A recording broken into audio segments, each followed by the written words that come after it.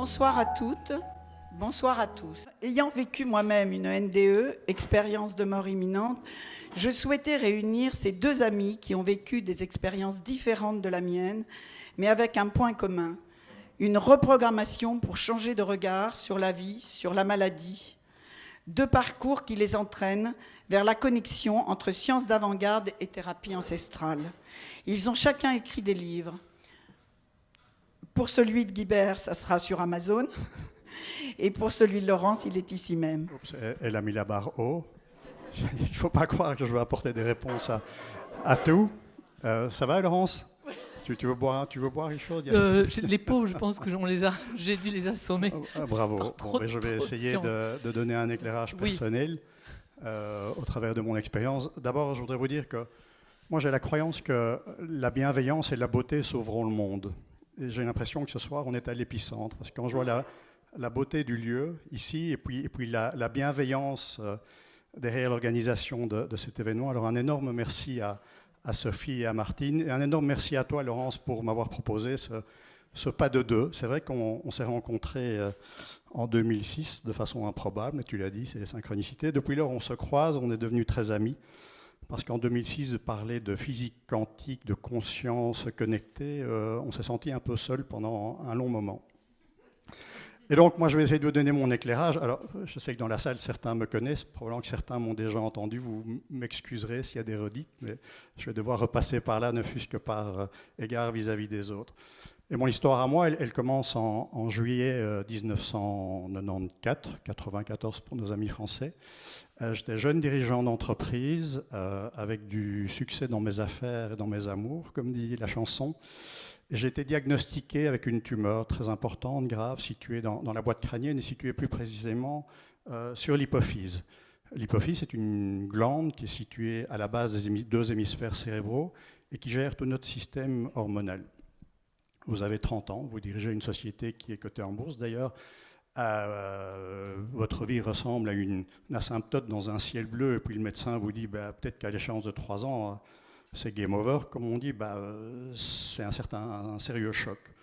C'est un peu le sentiment de plonger dans une eau glacée par une nuit d'hiver et de descendre, en expérimentant les émotions qui sont incompréhension, tristesse, colère, dépression, et puis à un moment, il faut pouvoir remonter. Donc je passe l'été à essayer de trouver la bonne thérapie, surtout le bon hôpital, parce que la maladie était quand même très, très particulière. Il n'y avait que 3 hôpitaux en Europe susceptibles de me soigner. Finalement, on essaye toute une série de traitements naturels, conventionnels, qui n'ont comme effet que d'empoisonner le reste du corps. Donc, l'opération est décidée pour la fin de l'été, une opération lourde et invasive, c'est 5 heures d'opération à un endroit qui est difficile d'accès. Heureusement pour moi, ça se passe bien. Et quelques jours après l'opération, le médecin rentre dans ma chambre et il me dit écoutez, j'ai des nouvelles pour vous. Au rayon des bonnes nouvelles, vous êtes en vie. À l'époque, on ne remontait pas toujours de la salle d'opération. Deuxième bonne nouvelle, vous avez retrouvé la vue.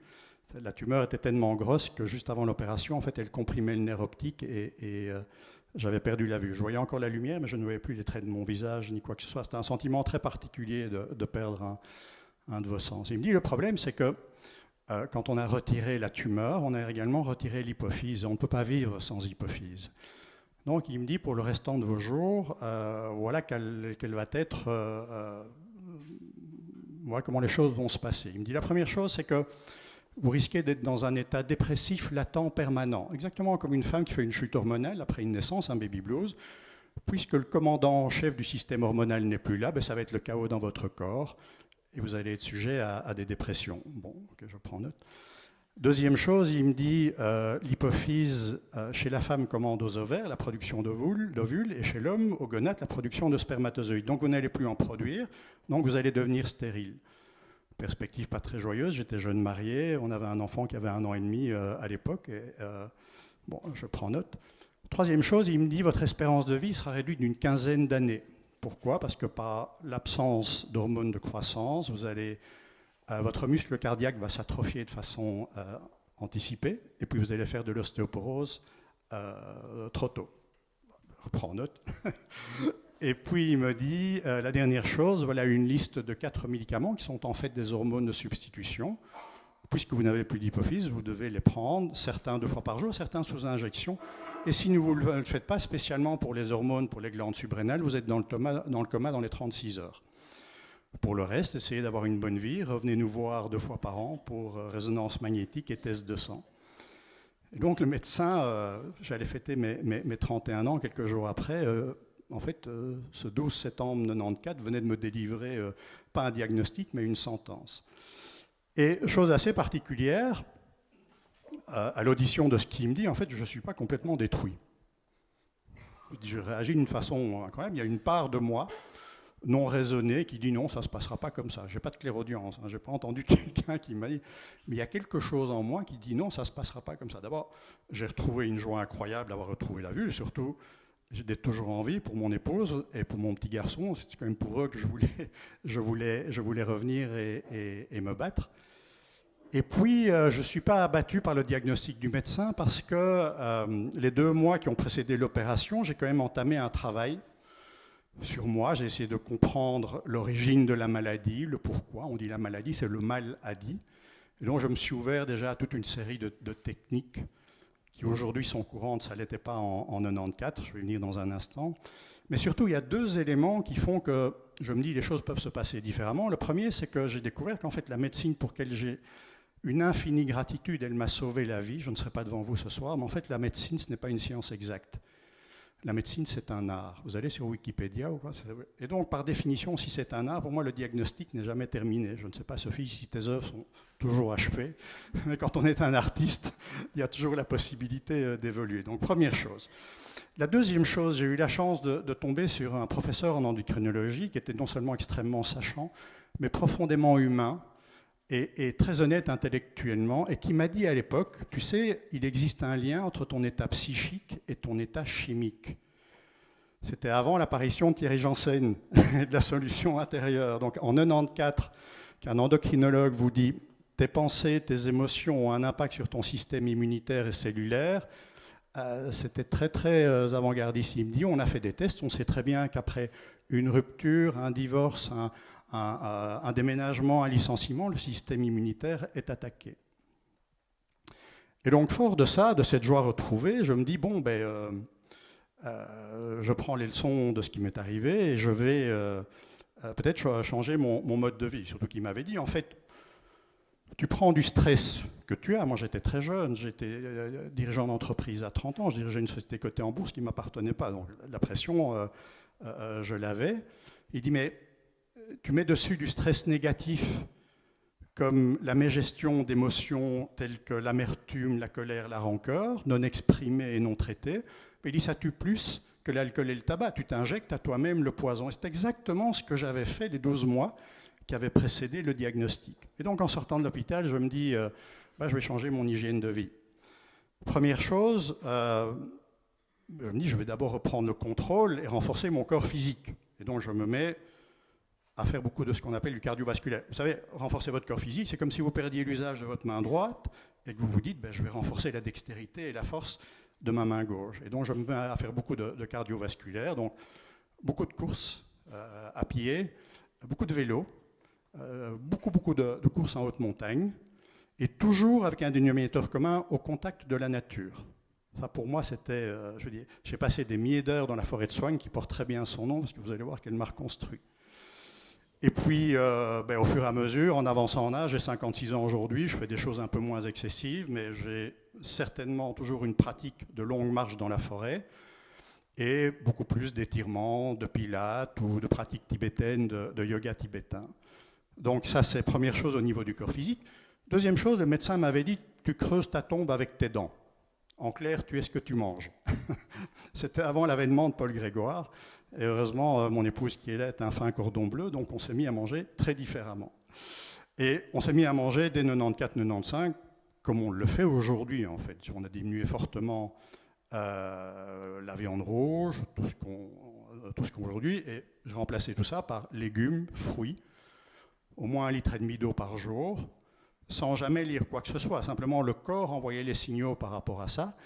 Et je dois avouer, je n'ai jamais renoncé au chocolat, au vin et à la bière parce que je crois dans les vertus des plaisirs qu'on s'octroie. Donc, deuxième chose, une diète différente.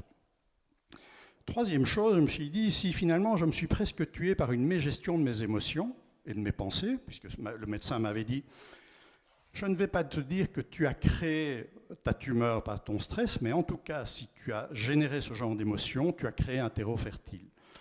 Et donc je me dis, il faudrait peut-être que je reprenne le contact de mes pensées. Juste une chose avant d'arriver là-dedans. Aujourd'hui, au niveau de la nutrition, ce que je fais en plus, que je ne faisais pas auparavant, la pratique du jeûne thérapeutique.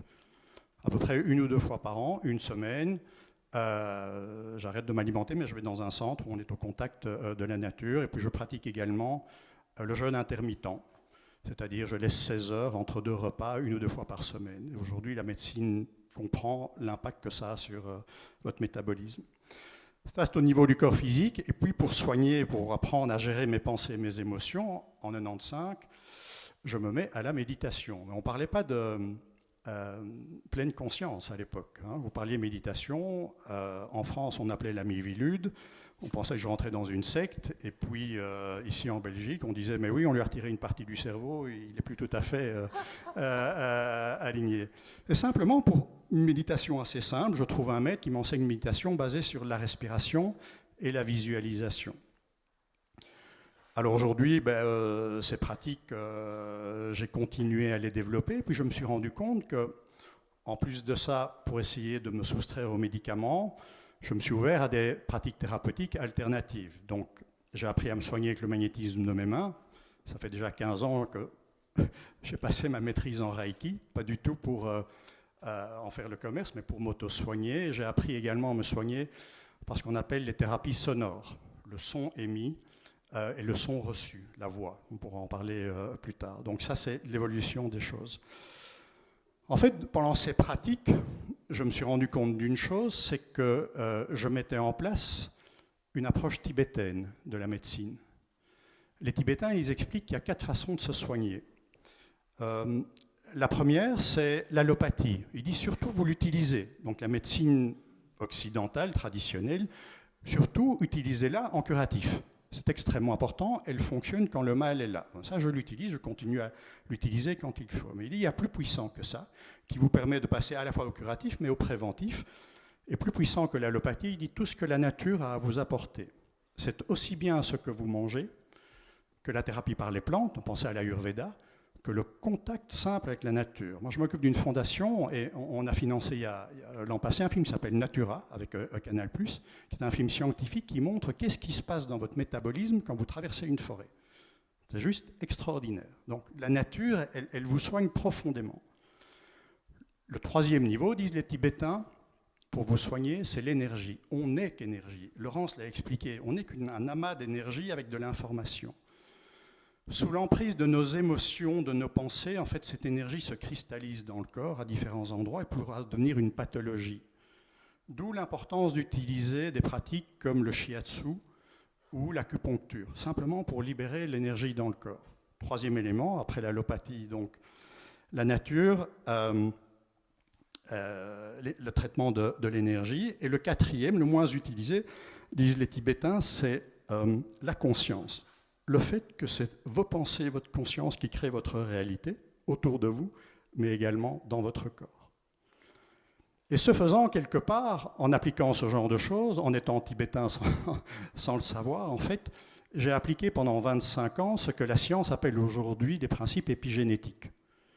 Donc c'est comme l'a dit très bien Laurent, c'est cette capacité que nous avons à modifier l'expression de nos gènes en changeant notre comportement.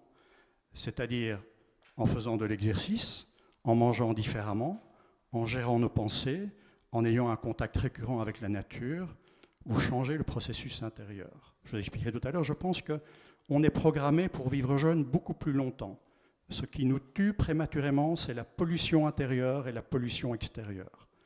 On y reviendra peut-être tout à l'heure. Alors, le résultat de tout ça, c'est que par rapport à ce que m'avait dit le médecin, je n'ai jamais été dépressif.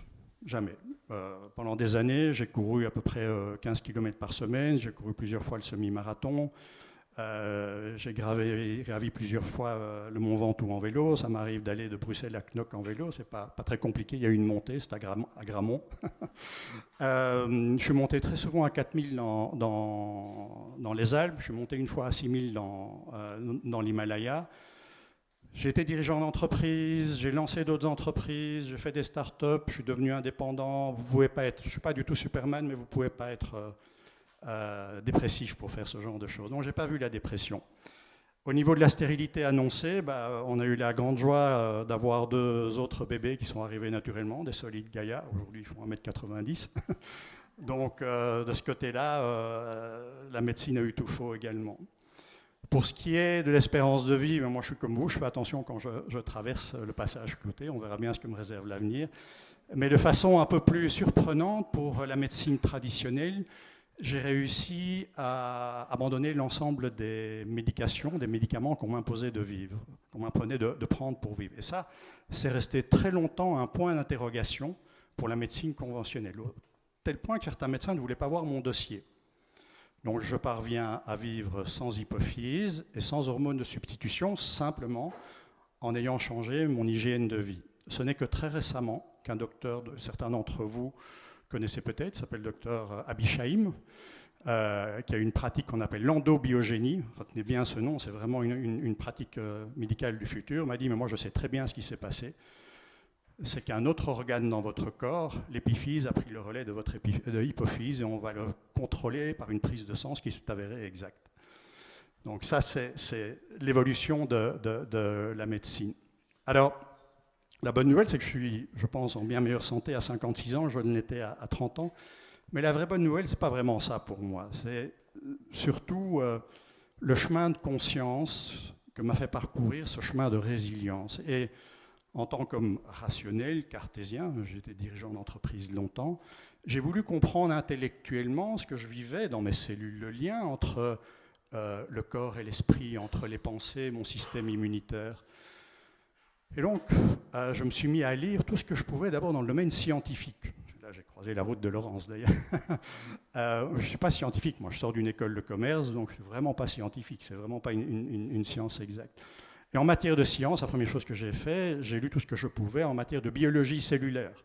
Comprendre l'intelligence des cellules. Pourquoi est-ce qu'elles agissent comme ça? Si vous coupez le doigt, le foie va se mettre en mouvement, va créer des plaquettes. Non. Biologie cellulaire, première chose. Et puis, je me suis mis à lire ce qu'on appelle la psycho-immuno-endocrinologie, je pense, ou neuroendocrinologie. C'est l'étude de l'effet placebo et nocebo. Pour ceux et celles d'entre vous qui connaissent, Thierry Janssen a écrit un livre qui s'appelle La solution intérieure, qui traite très bien de ce genre de choses. Comment on peut presque se détruire ou se guérir par la gestion de nos pensées et l'impact sur le système cellulaire. Et puis, comme je n'avais pas de limite, puisque je ne suis pas scientifique, je ne peux pas être dogmatique, je me suis dit, si la cellule ne fonctionne pas bien, ça veut dire qu'il y a un problème dans le spin de l'électron, dans l'atome, dans la cellule.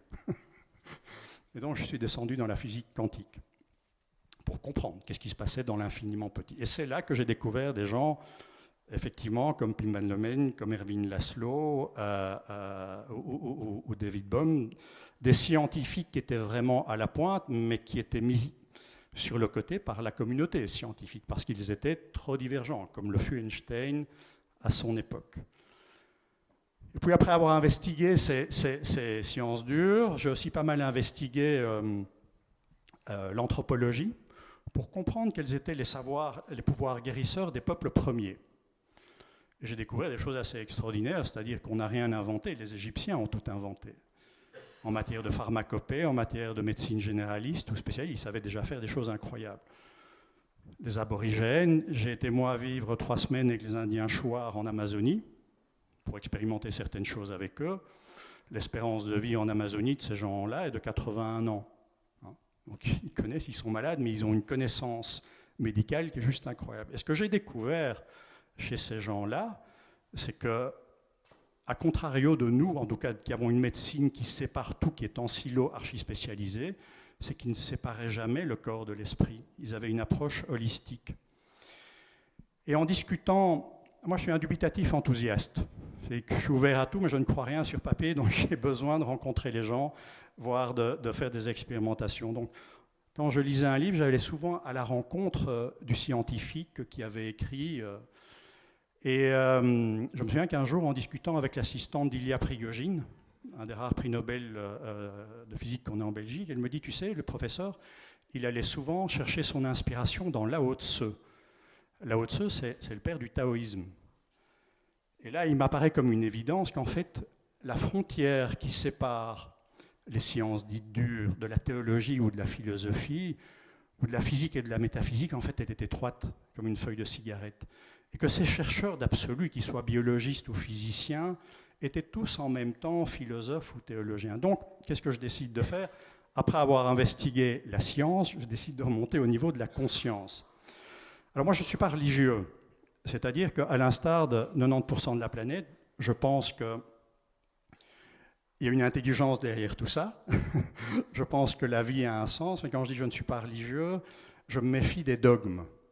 En clair, je ne crois pas dans le Dieu des hommes, mais je crois dans le Dieu de Spinoza. C'est la présence d'une conscience et d'amour omniprésent et que nos vies aient du sens. Mais pour éviter le dogme, ce que j'ai fait pendant de longues années, j'ai lu tout ce que je pouvais trouver en matière de sagesse. Donc de Pythagore jusqu'au Dalai Lama ou à Ken Wilber, pour ceux qui le connaissent. Et pour les religions, j'ai voulu aller voir qu'est-ce qu'il y avait au-dessus de la lettre, où retrouver l'esprit. Et donc, j'ai lu tout ce qu'on disait dans les voies mystiques. La Kabbale pour le judaïsme, le soufisme pour l'islam, les apocryphes pour la chrétienté, les Védas pour l'hindouisme. Et comme je vous disais, je suis un dubitatif enthousiaste. J'ai aussi beaucoup expérimenté avec des maîtres de sagesse. Et donc les expansions de conscience ou les expériences mystiques, oui, j'en ai eu. Oui, j'ai pris des plantes en Amazonie pour voir ce que ça faisait. Ce n'est pas la chose qui m'a le plus transporté. La respiration holotropique a eu beaucoup plus d'impact sur moi que la prise d'ayahuasca. Mais tout ça, c'était pour avoir une compréhension élargie des choses pour sortir du champ limitatif de la science. Alors il s'est passé une chose extrêmement intéressante, c'est que à la rencontre de cette approche, je dirais, scientifique et conscience, j'ai trouvé pour moi les réponses aux questions existentielles qui sont qui est l'homme, que vient-il faire sur Terre et comment faut-il y vivre. Ce n'est pas du tout la vérité, c'est ma vérité. Mais la réponse que j'ai trouvée sur la première question, qui est l'homme, j'ai expérimenté des états de conscience modifiés en Amazonie, ailleurs en Europe avec un chaman sibérien, j'ai fait du rebirth, de l'hypnose ericksonienne, et tout ça m'a ramené à la phrase de Théa de Chardin, que Laurence a expliquée. Nous ne sommes pas des êtres humains qui essayons de faire une expérience spirituelle, nous sommes un être spirituel, une conscience, une fréquence, une vibration qui vient faire une expérience humaine. Et ça a changé complètement mon regard. Et donc le fait de trouver ces réponses à ces questions fondamentales, ça a changé fondamentalement mon regard en tant qu'homme, père, époux, mais également dirigeant d'entreprise.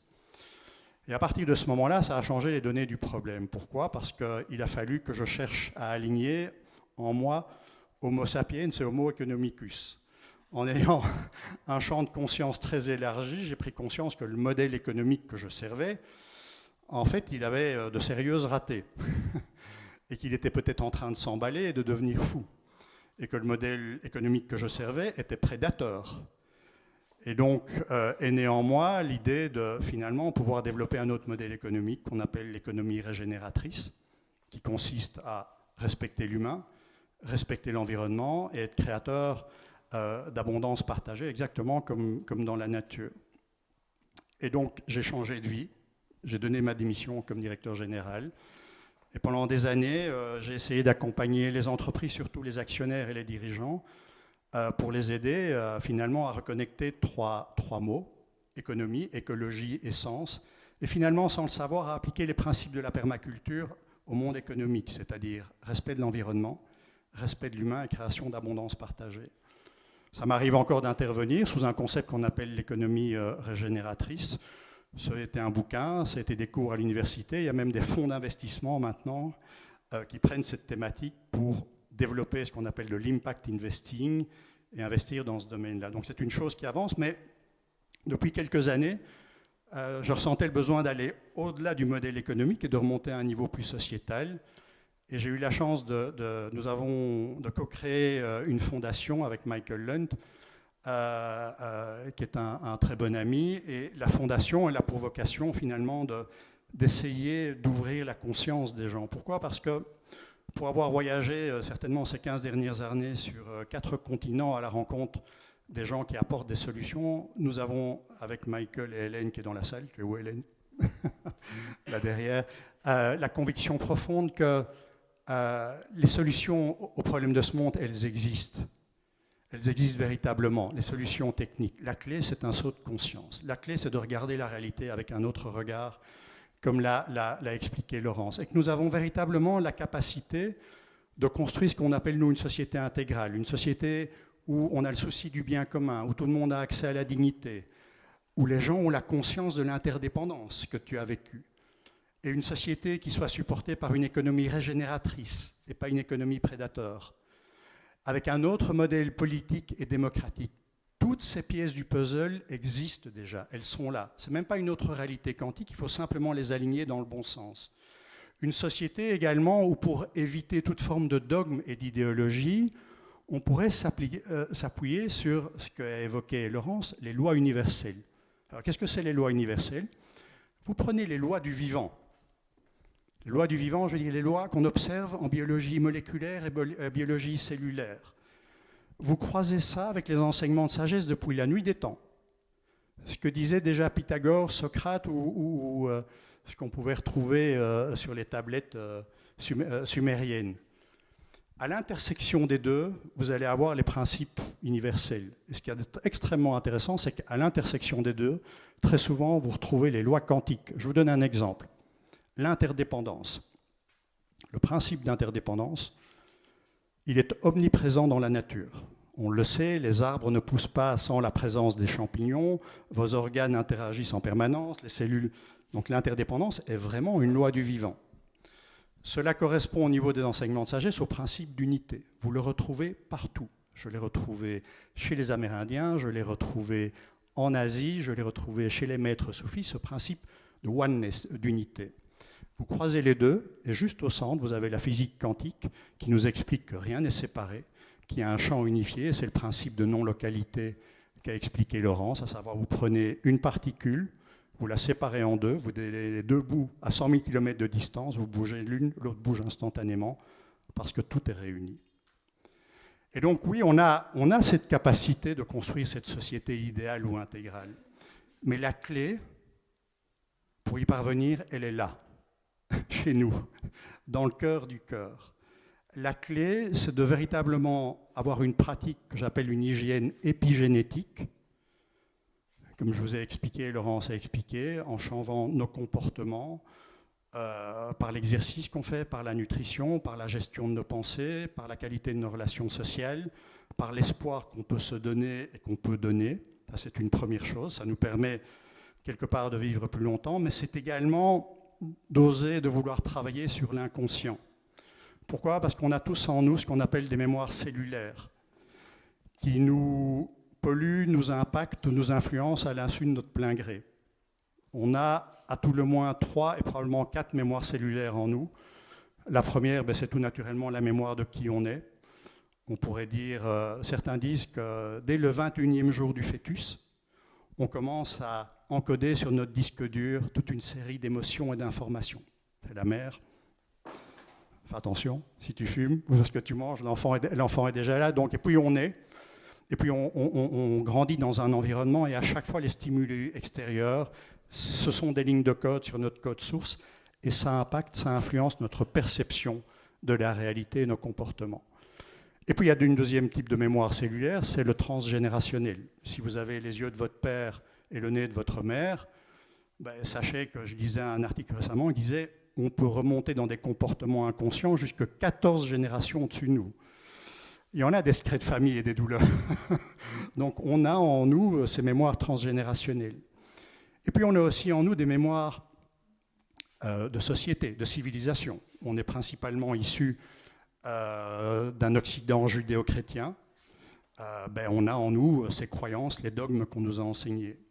Et puis si vous êtes ouvert à la philosophie asiatique, eux disent qu'on a en plus de ça des mémoires karmiques, puisqu'on revit plusieurs fois différentes choses. Alors la bonne nouvelle, c'est que cette approche, ce traitement au-delà de l'épigénétique, ce traitement de l'inconscient, c'est possible. C'est possible en utilisant ce qu'on appelle la psychologie énergétique, en utilisant des techniques que vous connaissez, comme le MDR, qui sont des techniques post-traumatiques, l'hypnose ericksonienne et bien d'autres encore. Je présume qu'il y a des thérapeutes dans la salle qui pourront beaucoup mieux en parler que moi. Je pense que la clé, elle est là. La clé, c'est que pour l'émergence de ce nouveau monde, pour pouvoir faire notre propre résilience et contribuer à la résilience du monde, c'est qu'on ait l'envie, le vouloir de faire à la fois ce travail d'alignement épigénétique, d'aligner nos 3 cerveaux, parce que le vrai cerveau n'est pas là. C'était démontré scientifiquement, le vrai cerveau, c'est le cœur, c'est là qu'est le siège de l'intuition. Le cerveau ici n'est que le processeur, ce qui faisait dire à un scientifique que penser que l'information est dans le cerveau, c'est croire que l'orchestre est dans la radio. Ok. Et puis nous avons un 3e cerveau qui est gut feeling. Il y a un vrai lien entre les 3. Quand vous parvenez à aligner les 3 par une pratique épigénétique et éventuellement par une pratique de psychologie énergétique, eh bien vous allez aligner les 3 cerveaux et beaucoup plus naturellement, vous allez connecter à ce qu'on appelle votre supraconscience. Et à partir de là, c'est beaucoup plus facile de passer du je au nous, de la compétition à la coopération, et surtout de gérer la complexité parce que vous n'êtes plus limité par votre processeur. Alors voilà, c'est possible, ça ne dépend que de nous. Et je ne vais pas vous mettre la pression du tout, je vais simplement en terminer avec une pointe d'humour, parce que tout comme je crois que la beauté, la bienveillance sauveront le monde, on a besoin de légèreté et d'humour. Et donc en citant finalement deux littéraires iconoclastes, le premier c'est Mark Twain qui disait ils ne savaient pas que c'était impossible, alors ils l'ont fait. Donc je pense qu'on est beaucoup plus puissant qu'on ne le pense. Individuellement et collectivement, on peut faire des choses incroyables. Et le deuxième, c'est mon favori, il est encore plus iconoclaste, c'est Oscar Wilde qui disait « Dans tout ce que vous entreprenez, visez toujours la lune, parce que même si vous échouez, vous retomberez dans les étoiles. » Je vous remercie.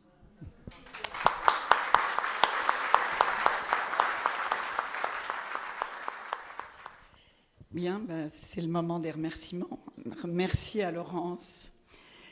Mon cœur et mon rêve est enfin réalisé, parce que je vous ai vus tous les deux en rêve, donc je suis ravie que vous soyez là tous les deux ce soir, ce qui me présente beaucoup d'émotions, je peux vous le dire. Merci pour ce temps suspendu qui a réjoui nos cœurs, nos cellules et nos âmes. Merci à vous deux, parce que vous avez été des enseignants, je pense, pour tout le monde, et vos expériences nous ont vraiment beaucoup enrichis. Je voudrais juste citer, parce que comme Guibert, j'ai eu des enseignants tibétains, donc je ne peux pas, et j'ai eu aussi un grand maître qui était le Père Brune, je dois le citer à chaque fois parce qu'il est avec nous ce soir, n'est-ce pas Laurence? C'est comme ça que nous nous sommes rencontrés. Mais je voudrais citer les Tibétains parce que je leur dois moi aussi ma survie. Prends soin des pensées, car elles deviendront des mots. Prends soin de tes mots, parce qu'ils deviendront des actions. Prends soin de tes actions, parce qu'ils deviendront des habitudes. Prends soin de tes habitudes, parce qu'ils deviendront ton caractère. Prends soin de ton caractère, car il deviendra ton destin, et ton destin, ce sera ta vie. C'était mon enseignant, le Dalai Lama.